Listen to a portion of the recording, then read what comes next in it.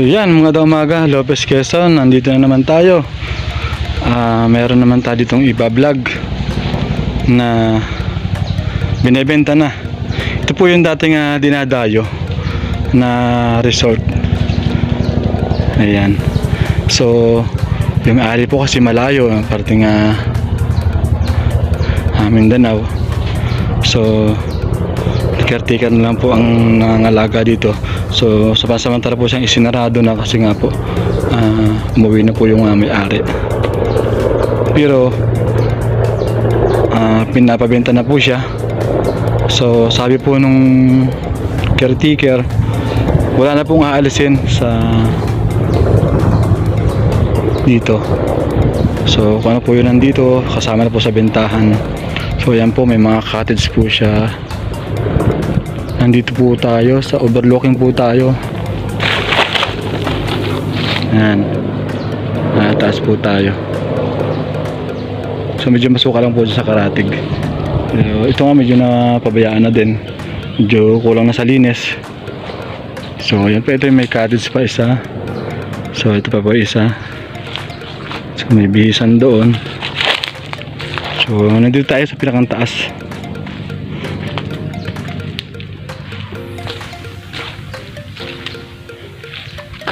So yan.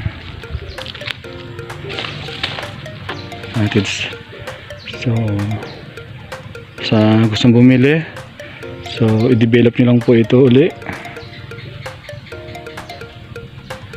Maganda po nito. Sa baba po may cottage pa po doon. And then doon may bahay doon. Bali may bahay po doon na mapakita ko po sa inyo.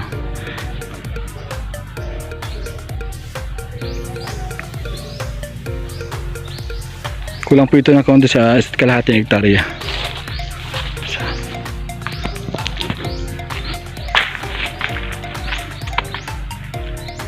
So ganito pa po nung may papag po, higaan.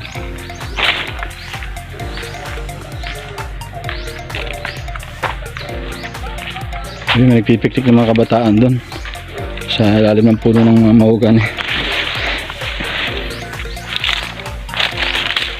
So pababa po tayo. So pakita ko po sa inyo overlooking na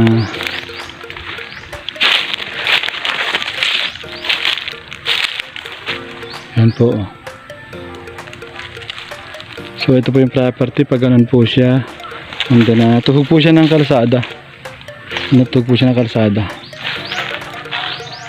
So ang puno po ng niyog nito ay 150 more or less po. Tapos ang puno naman po niya isa Jimelina.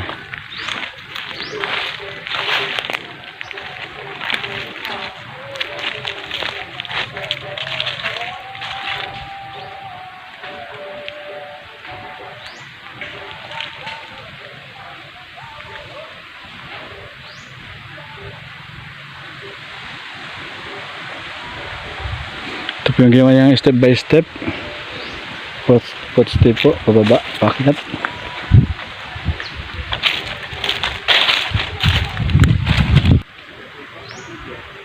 Yan, mga cottage po yan.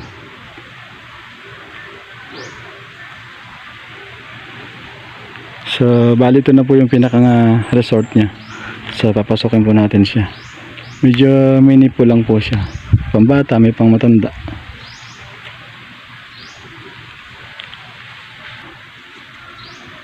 Yan, lababo, kitchen, ihawan. So ayan, saka po pa yan. So ito po yung kabuuhan ng resort.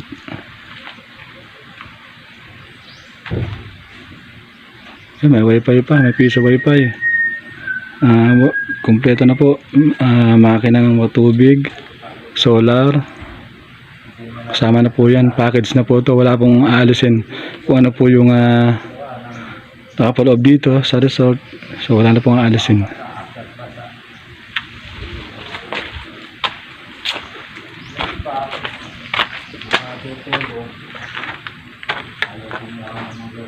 So may taas po siya.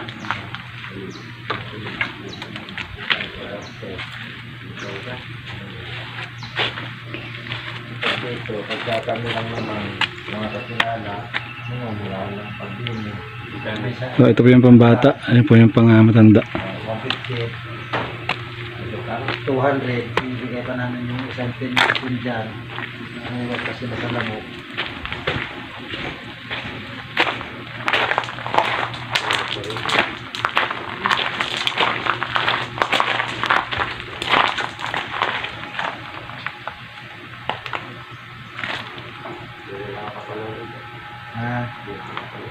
Hindi.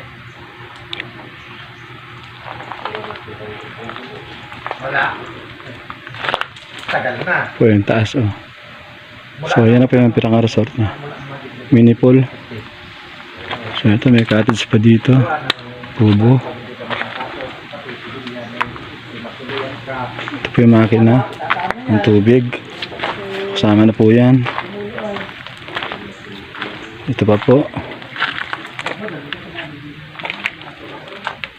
So yan. Wala na pong tatagkalin dyan. Kasama na po yan.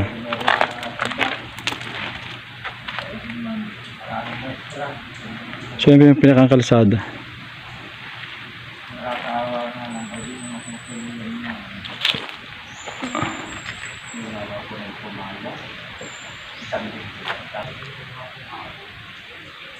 Ganda. Ang ganda ng mga cottage niya. Talagang yan yung mga mahal na kubo na binibili.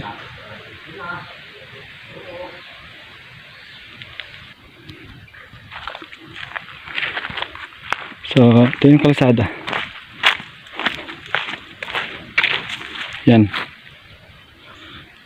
Pugawin siya sa Ginyangan. Lusutan po ang Ginyangan yan. Ginyangan, Quezon. Yan. Ito Lopez. So yan, tuhog po siya ng kalsada, kabilaan. So dito sa kabilang side, konti lang dito naman. Ito. Yan, kasama pa po yan. So dito po dati nakatira yung anak ng may-ari ng resort. So ilang araw nga lang daw po dito. So yan, may aircon pa po. Yan. Ano siya? Container van. So bali tatlong container van siya. Yan oh. Ang galing. Safety.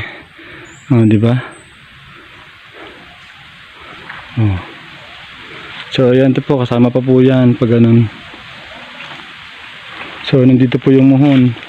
Sa likod po ng kubo na yan. So nandun po yung katugo ng muhon. Mati ka doon. So yan. Sa mga mahilig dyan ng mga farm. So ito po, develop na siya.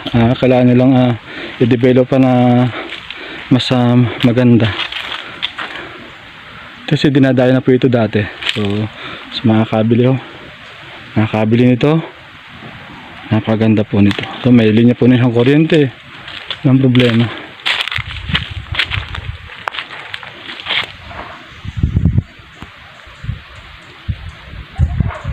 Signal, may wifi, may signal din po ng doon sa taas doon, ang signal po ng cellphone. So lalakad po natin, sako po ng property, kalsada. So sako pa po ito ng property, itong kalsada na to.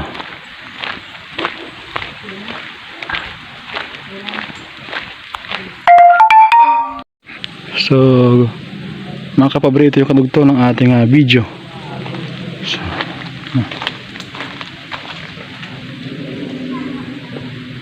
yan.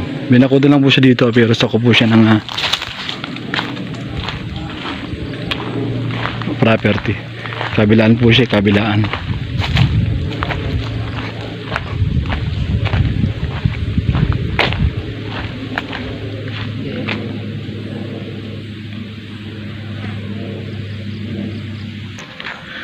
So kasama pa po yan. So ito po yung pinakahangganan, yung punong mataas na yan. Yan. Tapos papunta po siya dito. Pataas po siya dito. So ito na yung pinakang resort. Yan.